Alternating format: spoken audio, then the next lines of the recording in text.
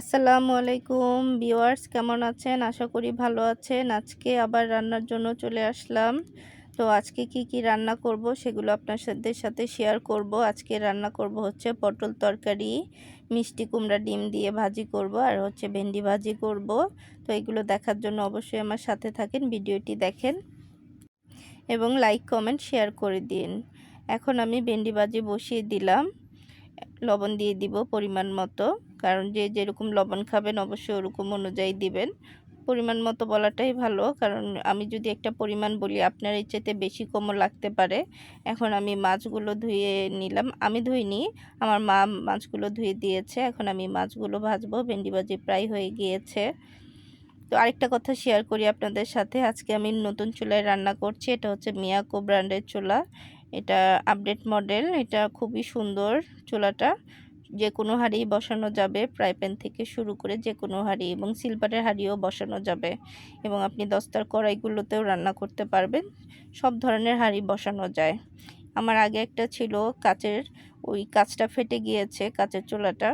এখন আবার নতুন নিয়ে আসলাম, কারণ গ্যাসে রান্না করে পোষাবে না। গ্যাসের যেই দাম, 2000 টাকা দিয়ে গ্যাস কিনে কিছুদিন রান্না করা যায়, কারণ আমাদের রান্না করতে হয় বেশি। দেখা যাচ্ছে রান্নার পরিমাণ কম হলেও বেশি, কারণ আইটেম খাওয়া হয়। বিকেলের নাস্তা, চা এগুলো থাকেই, সকালের নাস্তা থাকে এবং দুপুরের রান্না থাকে, বেশি করে রান্না করতে হয়।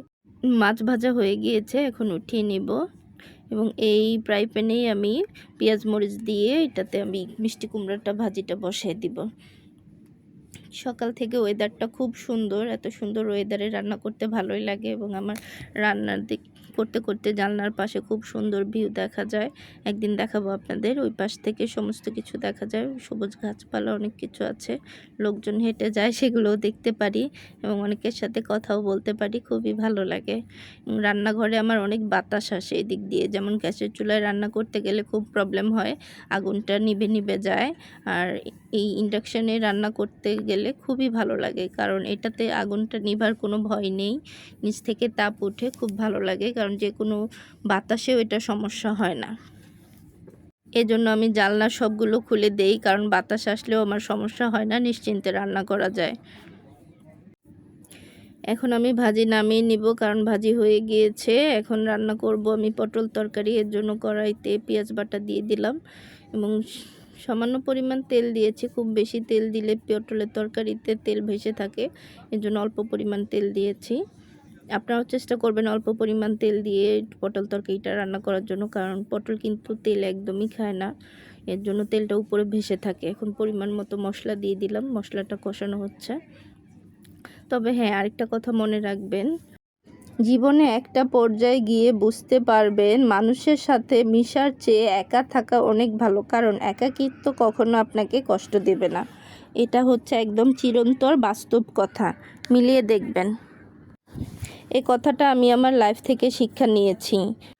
আমার কাছে মনে হলো এই কথাটা আপনাদের সাথে শেয়ার করি, এবং আপনাদেরও খুব উপকারে আসবে, এর জন্য শেয়ার করলাম। যদি কারো ভালো লাগে তাহলে অবশ্যই কমেন্টে জানাবেন।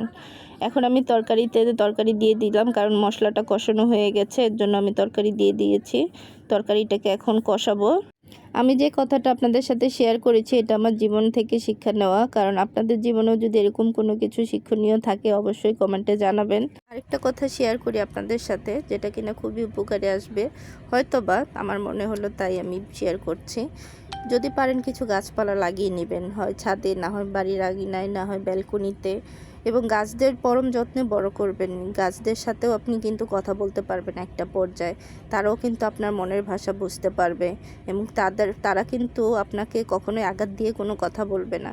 আপনার যখনই মন খারাপ হবে গাছের সাথে আপনি কথা বলে শেয়ার করে নেবেন, মনটাকে অনেক হালকা লাগবে, তারা কখনোই আপনাকে খোঁটা দিবে না, এবং তাদের ভাষাও কিন্তু আপনি একটা পর্যায়ে যেয়ে বুঝতে পারবেন যে তারা আপনি আর কথা বুঝতে পারছে। তারা আপনাকে সান্ত্বনা দিতে না পারলেও কখনো কিন্তু মানুষের মতো খোঁটা দিয়ে কথা বলবে না, এই জিনিসটা সবসময় মাথায় রাখবেন। সবচাইতে প্রিয় বন্ধু হচ্ছে আমাদের গাছ। অনেক কথা বললাম, আল্লাহ হাফেজ।